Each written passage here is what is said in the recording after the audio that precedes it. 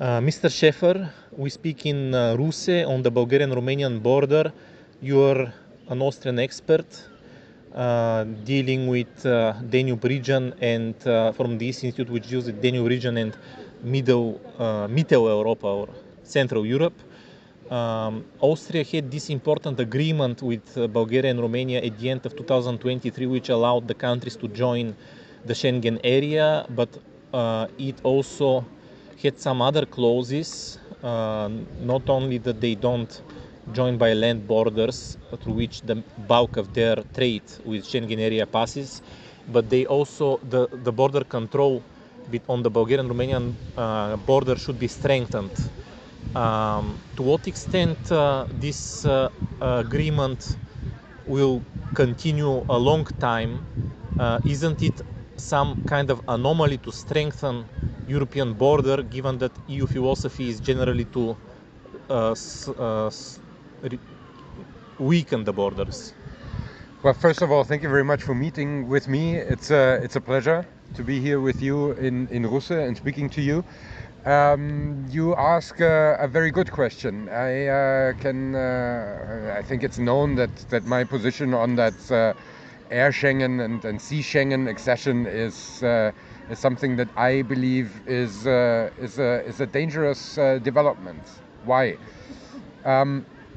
If we think about other European achievements like free movement of goods, free movement of people, etc., and will apply that logic that has been applied to Romania and Bulgaria when it comes to Schengen, we could assume that in the future, for instance, maybe we also limit travel for certain people. We limit access to the market for certain professions. Yeah? There's discussions about the farmers. So maybe in the future, with future accessions, we limit access to the single market for farmers because we set a precedent here with regards to Schengen that we have a situation that both countries, Romania and Bulgaria, fulfill the criteria that is set out for over a decade. And then, due to certain reasons, they are denied a full access. And this can set a very dangerous precedent for the future. Apart from the fact that I believe, as you said, the overall goal of European integration is dismantling borders. Right now, what we are doing is only shifting them.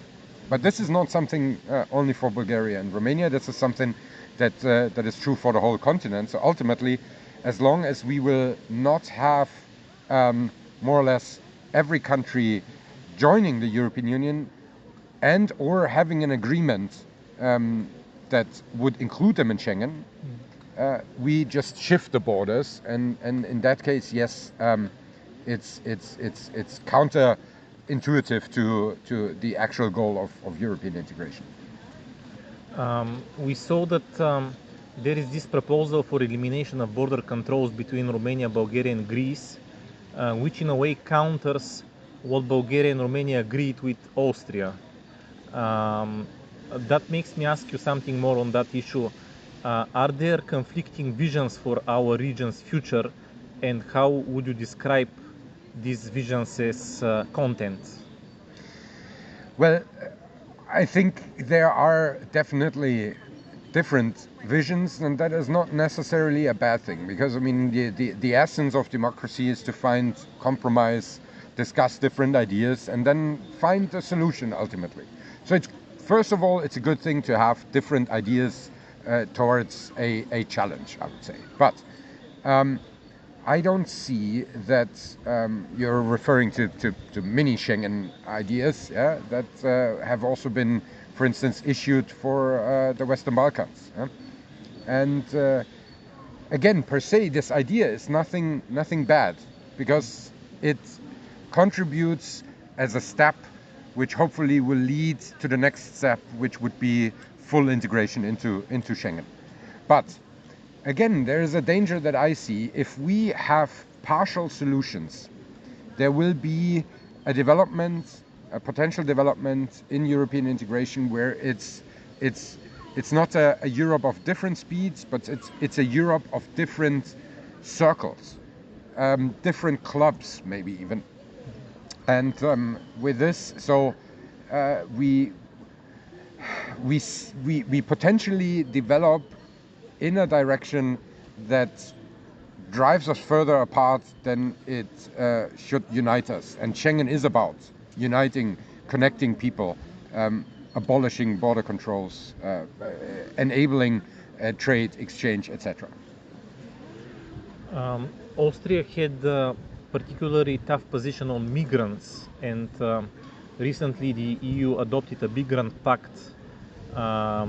You might not be specifically an expert on migration, but I'm certain you have some position maybe on philosophy or principles of this pact, which is criticized for putting emphasis maybe on economic migration, reducing the grounds for human rights or asylum protection as grounds for accepting migrants, and it also kind of introduces a kind of trade, if I may say, with migrants, given that countries who don't want migrants and can pay to others who accept them. What's your position on the migrant pact and the general tendency for EU policy towards migrants? Well, as you rightly pointed out, I'm not an expert on migration, but I do have a certain opinion. Again, we have at least some progress. So this is, in principle, it's a good thing, I would say, because we have argued so long about how to deal with that challenge on a European level that I am very happy that we have achieved something. But of course, I also see, on the one hand, the potential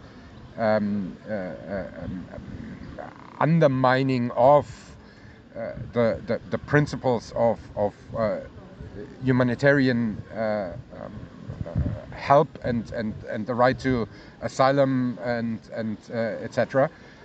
On the other hand, I think, I mean, what you mentioned as it's almost like you can pay to make your sins go away.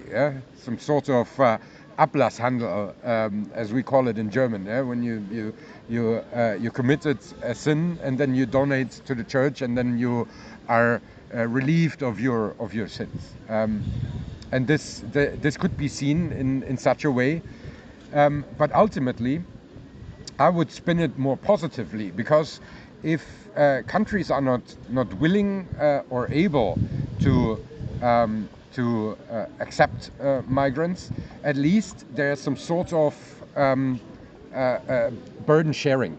And I think this is an important factor. This is something that we should stress much more on a European level, because the overall idea is to share burdens, to support weaker partners, and if someone is overwhelmed with something, the others will chip in to alleviate the situation. And therefore, if you pay to be then less receptive for migrants, but the others can use that money and will use that money to make integration better and give opportunities, why not? As an expert, you have been very interested in EU reform. What particular policies or changes you advocate for or are interested or analyze? Mm-hmm. So I've been talking a lot about the need to introduce qualified majority voting in basically every area. There's especially nowadays in the policy of the common foreign and security policy, but even more necessary in the field of enlargement. If we look at the current enlargement process, there are almost 80 possibilities to veto in that process. That comes from declaring a country as a candidate, opening negotiations, then opening chapters, provisionally closing chapters, and then closing the negotiations, etc. And here I also have to mention that, for instance, Bulgaria has been exploiting this towards North Macedonia. But also other member countries have done so before.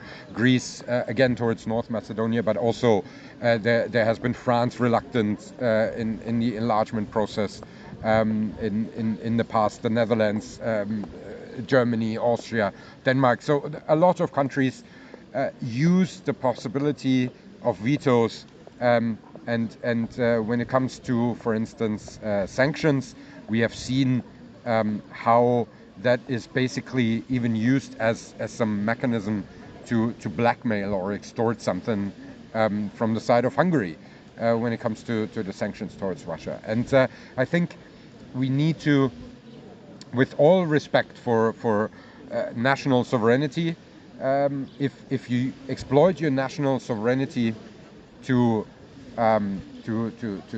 stop progress on a European level, this needs to be abolished. And so one of the core things would be to introduce more qualified majority voting. You don't necessarily need a treaty reform for that. You could do that, but you need unanimity one time at least. A second thing that I think is we need a broader institutional reform. I think the European Parliament, it's the only democratically elected parliament where its members have not the possibility to initiate legislation. So we need a reform that the parliament can initiate legislation. And I'm also advocating for having not the Council of the European Union as a second chamber, but rather a Council of the European regions. I think we need a reflection of European regions that are represented in the lawmaking process, and not only as a consultative body as the Council of not the Council of the Region, but the Assembly of the regions is. And the third point would be something that we've been working on recently, also with my colleague from the University of Osnabrück, Ulrich Schneckener, is what we call the Greater European Council. So this would be, so to say, an upgrade to the proposed European political community. It would address exactly those countries that want to become a member, countries that have been a member, and countries that do not want to join. Bring them together, sit them around the table in the format before the European Council meets, and discuss the common challenges: security, climate change, transportation, science and knowledge transfer, technological possibilities and challenges. And if you are approaching membership of the European Union at a certain point, you just stay seated at the table when then the actual European Council meets. So on the one hand, you would bring more countries together, discuss in a broader format. Through this also, you would show maybe the possibilities of further integration, and you would also smooth the process from being a candidate country to becoming an actual member, and so to say bridge the time gap between now and when you will be joining the European Union, while at the same time giving countries that do not want to join, because it's legitimate, you don't have to join, nobody forces you to join the European Union, to stay out, but still meet in a format and discuss and work together. You mentioned that countries which perhaps perceive themselves as weak or weaker in the European Union or smaller in influence are opposed to getting rid of their right to veto. How do you address their concerns, and how would, not maybe you, but how would this approach policy, which aims at reform, convince them to get rid of this veto, which maybe they now appreciate as um, subjectivity, right to act. Yeah, well, I would say there is always a possibility to find some sort of minority regulation. Yeah, if you find a certain amount of smaller countries, for instance, that oppose a decision because they are afraid that within qualified majority voting, or the double majority that it is, that you have to have a majority of member countries, but also a majority of the population, which is in itself already guaranteeing to a certain extent that they are not outvoted. But you could introduce even stronger minority clauses that would help to alleviate these fears. The point will be to convince countries that they on their own cannot veto it. And I don't have a good approach towards that, because I see that national sovereignty is unfortunately still a very delicate and important issue to countries, which is not necessarily linked to a political spectrum in itself. But I believe that in situations where we need to make decisions and bring progress given to the big challenges of our time, that at a certain point countries should understand we are better off together. And if you look at the decisions taken in the Council of the European Union, the vast majority is taken unanimously anyways, even if qualified majority would be enough.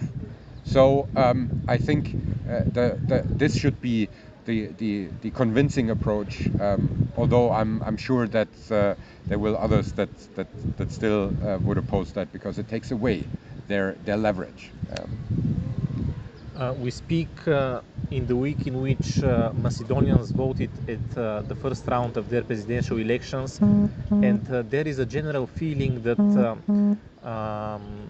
perhaps Macedonia, or even maybe other countries, go or too much rely on sovereignist tendencies in their political spectrum. How is Austria seeing this difficulty to integrate the Western Balkans, this high level of conflicts between different countries there, and tendency for maybe not synchronization but going in your own way? I think there is a broad understanding within the Austrian government that the future of the Western Balkans should be in the European Union. This is also why the Foreign Ministry is advocating for that staged accession approach, which would mean that if you progress to a certain extent, then you get additional benefits. You can get access to the overall EU budget. You could access the cohesion funds. You would have a possibility to maybe not immediately vote, but you would participate in the negotiations of the council and things like that. And I think this is a good sign that there's progress with this regard, because if you look at it, we have promised 2003 at the summit of Thessaloniki that the future of the Western Balkan countries will be in the EU if they fulfill the criteria. This promise can legally drink alcohol in the United States because it's 21 years old. And in this case, I think we really need to deliver. What I see as a challenge here, that we have new candidate countries, Moldova, Ukraine and Georgia, and if the situation arises that they are progressing faster than the Western Balkan countries, this could further alienate this region. There is a broad understanding, I think, also within the majority of the Austrian politicians that the Western Balkans is extremely important also from an economic point of view for Austria, but there's also an understanding that We are surrounding the Western Balkan countries. And how would you have, we treat it as a backyard, but it's actually the inner courtyard, because it's in the center. And Austria is an immediate neighbor. And I think we have to come back to the point where we understand that every enlargement round we have economically benefited. Not to the same extent, but there is not a single instance of EU enlargement where the old EU member countries have not economically benefited. But what we also must not forget, the majority of enlargement rounds were not out of economic reasons, but for democratic stability. 81 Greece, 86 Spain, Portugal, 1990 German reunification, 2004 the big Central and Eastern Europe enlargement, and then 2007 your country, Romania, and the last one, 2013, Croatia. And we should come back to that understanding and highlight not the challenges, but the potentials of enlargement. Speaking about enlargement, you are very close to what is going on in Ukraine, and there is a general agreement that Ukraine should be helped to advance towards the European Union, but also there are also concerns maybe that Donald Trump could return to the White House. And how do you see the future of Ukraine's European accession in this dynamic international context in which maybe attitudes towards war in Ukraine potentially could change? Well, this is a huge topic, of course. I just came back from Uzhhorod and Lviv. I was there last week, and contrary to a year ago, where I was in Kiev, I have the feeling that the overall situation takes a toll much bigger now on the Ukrainian population. The war drags out, it wears out these people. I mean, it's unbelievable how they under which conditions they have to live. Constant threats of being bombarded with rockets, with drones, etc. This creates an environment that is very, very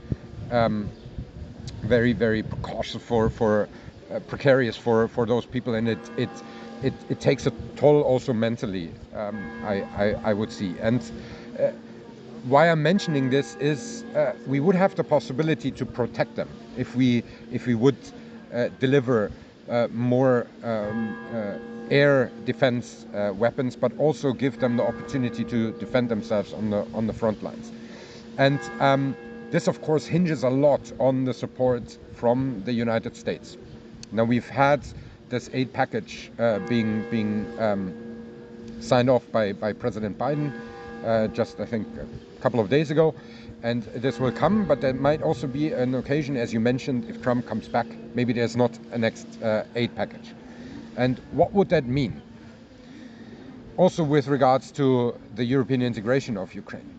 Very simply put in terms, there's Article 42.7 in the Treaty of Lisbon that states if a EU member country is attacked, other EU member countries use all means at their disposal to defend that country. We cannot guarantee this as a European Union without having NATO and without having the United States.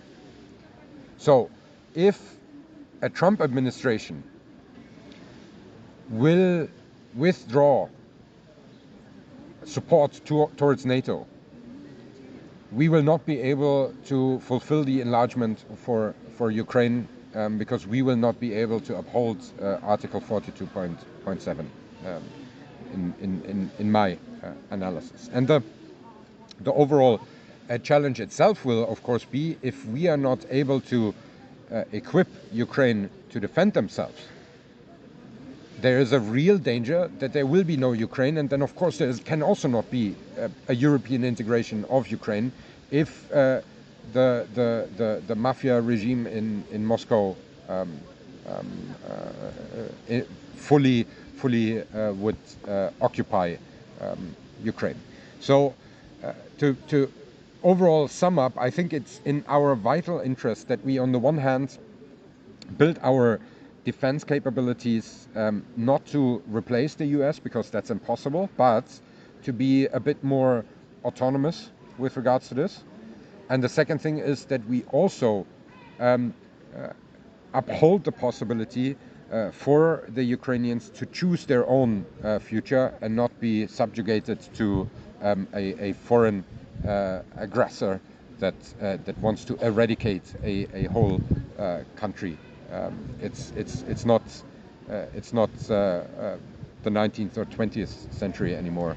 I thought we have overcome these imperialistic tendencies in Europe.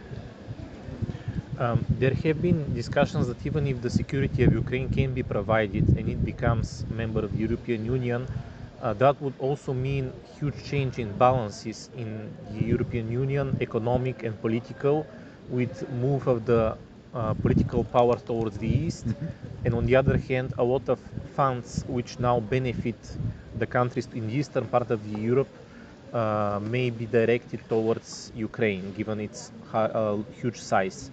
How is Austria viewing these things? Because Austria has the capacity to be seen as Western, but it also has these strong ties to the East. Yeah. So what is the Austrian view or interest in this regard? Well, I don't think that there is one Austrian view. I think there are many different views on this, but I can share my view on this with you, which is that if you remember, maybe back in 2004, before the Big Bang enlargement, there was this fear of the Polish plumber. Was coming out of France. Yeah? That if they get access to the single market, all the Polish plumbers will come and then drive the French out of business. I mean, I don't know if you have recently needed a plumber, but in Austria and in Germany, it's quite hard to get an appointment. Yeah? So I don't think that there's the Polish plumbers that drove them out of business. What I'm saying with this is I have a little bit the feeling that with every enlargement round, there's this fears coming up. And we need to address these fears and need to talk about them. Yeah? But the Ukrainian grain is maybe the Polish plumber of 2024. And I think that we need to put things into perspective. If we would give access to the 9 candidate countries without Turkey. Turkey is, for various reasons at the moment, not a prospective member of the European Union. But if we take these 9 countries, Western Balkans 6, and Moldova, Ukraine, Georgia, the overall population of these 9 countries is 67 million. The United Kingdom also has around 67 million inhabitants. What I'm trying to say with this is we already had such a populous European Union. Of course, these are 9 countries instead of 1. This is why I'm saying we need a reform of the decision-making process. So we have more qualified majority. Then that would alleviate the situation, because if we have 9 more potentially vetoing countries, of course that makes it more or less impossible. And the third thing is, of course you cannot compare the economy of these 9 countries to the United Kingdom. But what I've said before, economically, we've always benefited from enlargement, from having access to new markets. And if you look, for instance, at numbers, Germany pays twice as much into the EU budget than France. But at the same time, according to a study from 2018 from an Austrian Economic Research Institute, the WIFO, Germany benefits twice as much from single market integration than France.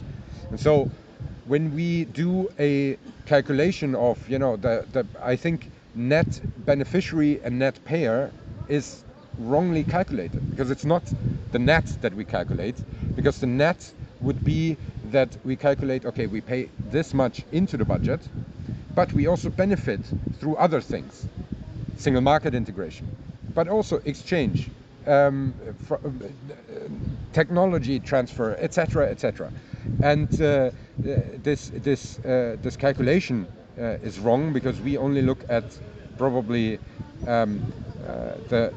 the money we put in, but it's clear that not everybody can get more out of something that you jointly have put money in. So ultimately, we should much more look at it not as something you pay into, but rather something that is maybe a membership fee. Yeah? You get access to the single market, and that access you get through paying into the EU budget, into the common budget, because you get additional benefits out of this. Of course, we will need to reform, for instance, the common agricultural policy, but well, maybe we should even reform the common agricultural policy if Ukraine joins or not, because this is a sector that has been heavily subsidized for 7 decades, and maybe it's time to rethink how we structure, for instance, certain areas anyways.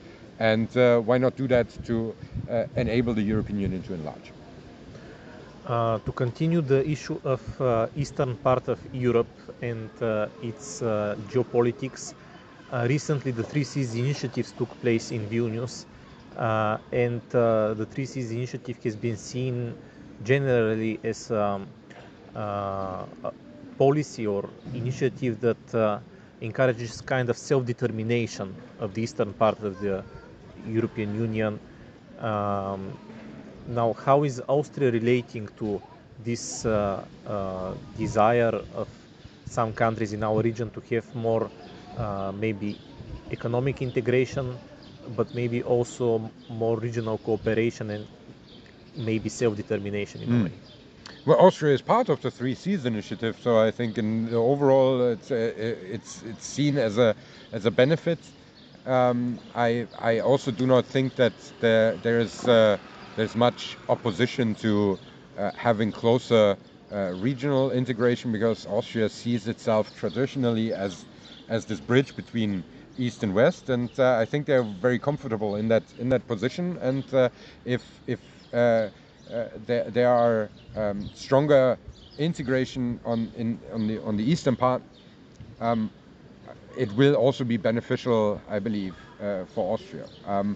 I think overall it is also necessary that we not only maybe even physically move more institutions towards the center, because it's very west-leaning at the moment anyways, but also in our mind to shift further to the center of the continent, and see it more as central Europe, rather than still talking about Western and Eastern Europe with regards to the countries that for instance are participating in the Three Seas initiative.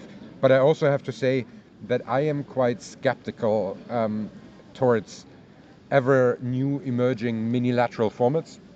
We've seen an increase of number in recent years. There have been these formats that were started in the 1990s, Weimar Triangle, Visegrad 4, etc. But we have also recently seen there's Slavkov, there's Central European 5, there's Three Seas initiative. And there's a lot of these initiatives coming out, these minilateral formats coming out. And I don't see a same increase in outputs.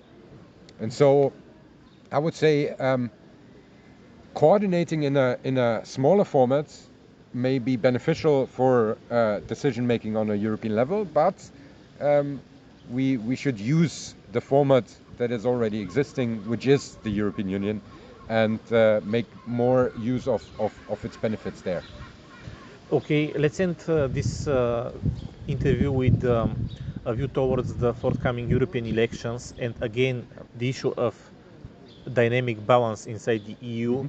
We expect a significant rise of sovereignist forces in the European Parliament and politics at national level. What would this rise of sovereignism change inside the EU? Yeah, Well, it's certainly going to be an increase of I would say Eurosceptical and right-wing parties, which at the moment doesn't look. If you look at the sheer numbers, they will not probably not have a majority, but they will significantly increase, which then would also ultimately have to be seen how at the end the parties will form themselves in the different European fractions. There's a lot of movement that I see at the moment between the ECR and also the IND fraction in the parliament, and it's going to be interesting who joins where and how much can they actually also achieve as a result. And that then of course will change the power balance if there is the third biggest fraction coming from conservative, Eurosceptical up to right-wing, post-fascist even parties, which is a real possibility. What we've already seen in the last European parliamentary election, that the majority between the European People's Party and the Social Democrats is no longer there. So there is the need for a third party to create a majority in the parliament.